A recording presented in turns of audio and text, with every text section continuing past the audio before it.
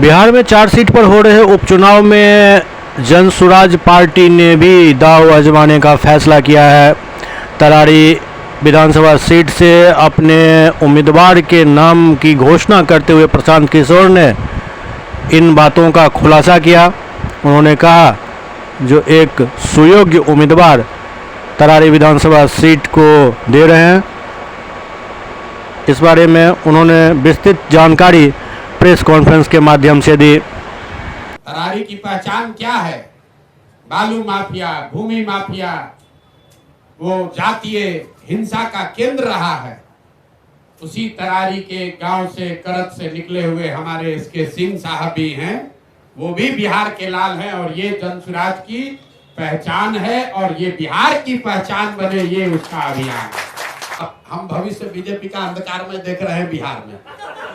बिहार में बीजेपी का भविष्य अंधकारमय है। देखिए तरारी से, देखिए क्यों अंधकारमय है। साहब आर्मी में रहे, ऐसा तो है नहीं कि जनसुराज तो बहुत छोटा प्रयास 2 साल से हम लोग शुरू किए हैं।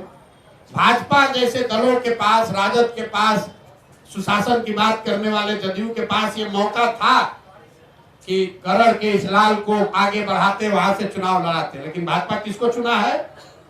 किसको चुना है भाजपा भाई? किसका नाम बताइए जरा जोर से। नाम अनाउंसमेंट नहीं हुआ है? नहीं, आप लोगों को मालूम है कौन लड़ेगा चुनाव? तो जैसा जैसा चुना है वैसा भरेगा। तो आप ऐसा है, हम भाजपा का हम थोड़े टिकट जारी करते हैं भाई। वहां से कौन लड़ता रहा है वो आपको मालूम है।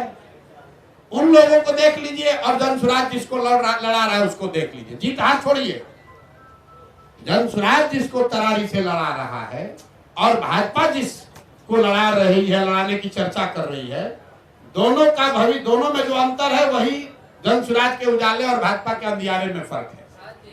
जब प्रशांत जी ने ये प्रपोजल दिया तो मेरे को लगा कि अब मैं इसी के लिए देख रहा हूँ कि जो बचा खुचा समय है वो वापस अपने समाज को देने में बिताऊं। तो जब मैंने अपने गांव से पूछा तो गांव में बहुत उत्साहित हुए लोग, सब लेडीज वगैरह, पूरा घर भर गया। सबका यही था कि बबुआ तू जा, हमनी के लाइफ अच्छा करो।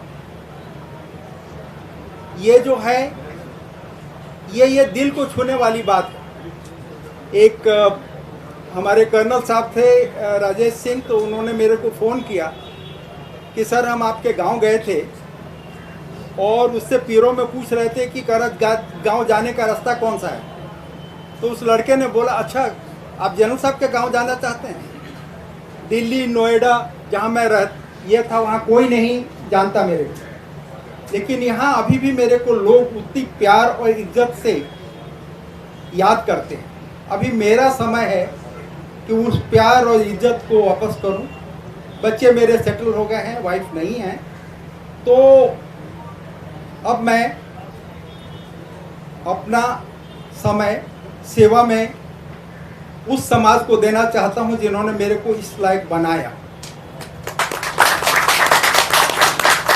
For me, brothers and sisters of press, it is a time to pay back to the society which has made me what it is, and to ensure the growth of Bihar on the models and on the dreams of Prashant ji, a very clean and healthy politics, so that our country and our state and our district and villages do as well.